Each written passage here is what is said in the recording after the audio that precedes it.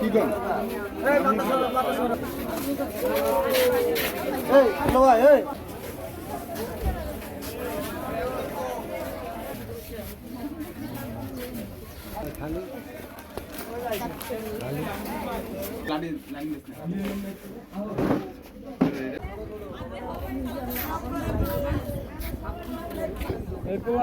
আর 200 আরো যদি বেশি নিতে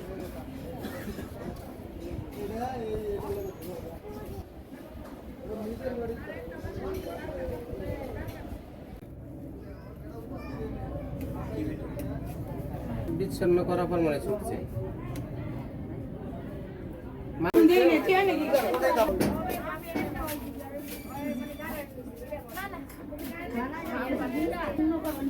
আমার শালীর মেয়ে হয় তার খালু এই জ্বালানাতে ধরছিল ওই বাড়িটা পুরোটা কারেন্ট থাকাতে এই জায়গা হাত দিয়া মনে হয়তো টিনের চালের হাত লাগছে, হাত লাগে সরকায় পড়ে গেছে।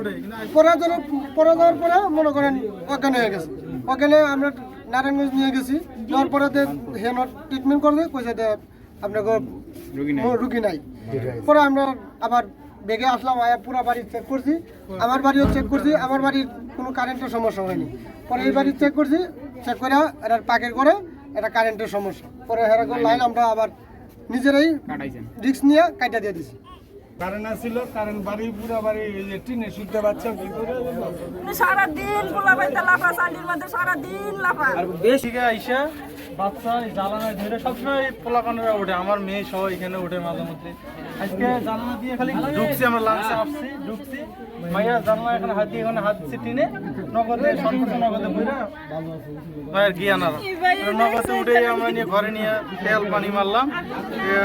2 সেকেন্ডের মতো হুশ ফিরে আইলো। পরে দিকে আবার চেহারা কালো, নগদে নিয়ে গেছে হাসপাতাল। হাসপাতাল বললো যে না বাঁচানো আমার মেয়ে দাঁড়ায় আছে, আমি সামু করে চুল্লি বান্ধ, খালি এই কথাটা কয়ে ঘরে গেছি। আর আমার মাইয়া এই জায়গায় দৌড়ে সাথে সাথে পড়ে গেছে। একটা মিনিটের ভিতরে আমার মাইয়া নাই, ঘরের ভিতরে নিয়ে গেছে, হাত বললো ঠান্ডা হয়ে গেছে। হাসপাতালে নিয়েছি, পরে গেছে আমার মাইয়া নাই। একটা মিনিটের ভিতরে আমার মাইয়া নাই হয়ে গেছে 10 বছর।